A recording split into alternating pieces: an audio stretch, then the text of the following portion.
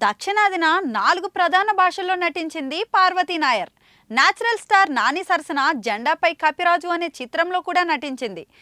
తెలుగు, తమిళం, కన్నడం, మలయాళంలో పలు చిత్రాల్లో పాపులర్ అయిన ఈ బ్యూటీ ఇప్పుడు పెళ్లితో జీవితంలో సెటిల్ అవుతుంది. పార్వతీ నాయర్ చెన్నైకి చెందిన వ్యాపారవేత్త ఆశ్రిత్ అశోక్ను వివాహం చేసుకోనుంది. వారి బంధాన్ని ఇరు కుటుంబాలు కూడా ఆమోదించాయి. నిశ్చితార్థ వేడుక ఇటీవల చెన్నైలో జరిగింది. మెహందీ, హల్దీ సహా ప్రీ వెడ్డింగ్ వేడుకలు ఫిబ్రవరి 6న చెన్నైలో ప్రారంభం కానున్నాయి.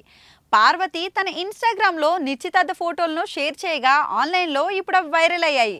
ఓ కార్యక్రమంలో కలిసాక మాటలు కలిశాయని, ఇప్పుడు ప్రేమలో ఉన్నామని పార్వతి అయితే వెల్లడించారు.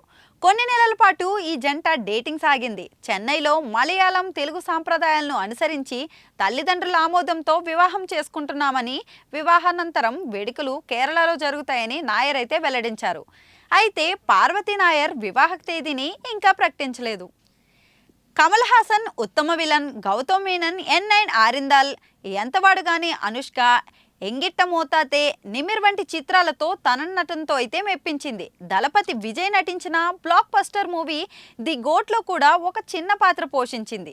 2025 ఫిబ్రవరి 7న విడుదల కానున్న ఆలంబన చిత్రంలో పార్వతి కీలక పాత్ర పోషించారు.